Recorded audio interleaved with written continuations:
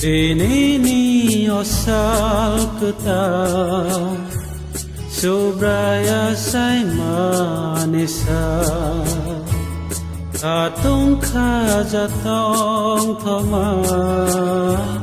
O Christmas salon Ini osal kita Sobraya say manisa Atong kajatong thoma O Christmas salon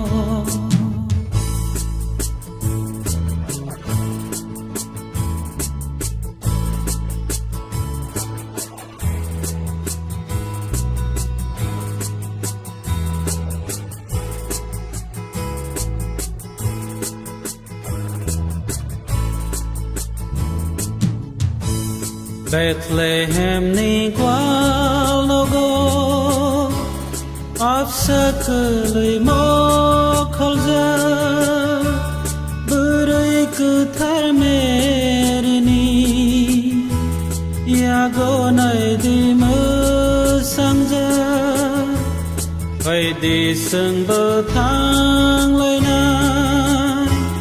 Bethlehem ni gwal logo Surai kuthar Jisuno Khuloma na sang bono Ini ni osal kita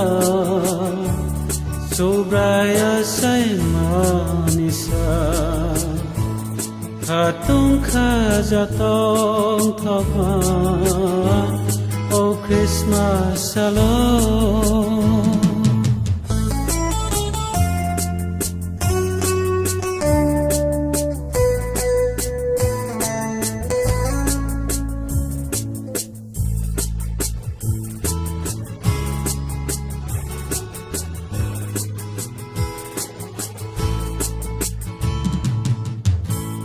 Asai kanang ho hao Bugrani bugrang ơi Joto boroni thani Khắc sang mano to boi Menak mano sang sarai Tu bui phai kha po hono Phai kha bole ho hao Khắc sang ni bugrang ơi Ini ni osal kita Sobraya say manisa Atong kajatong thoma O Christmas salon Ini ni osal kita Sobraya say manisa Atong kajatong thoma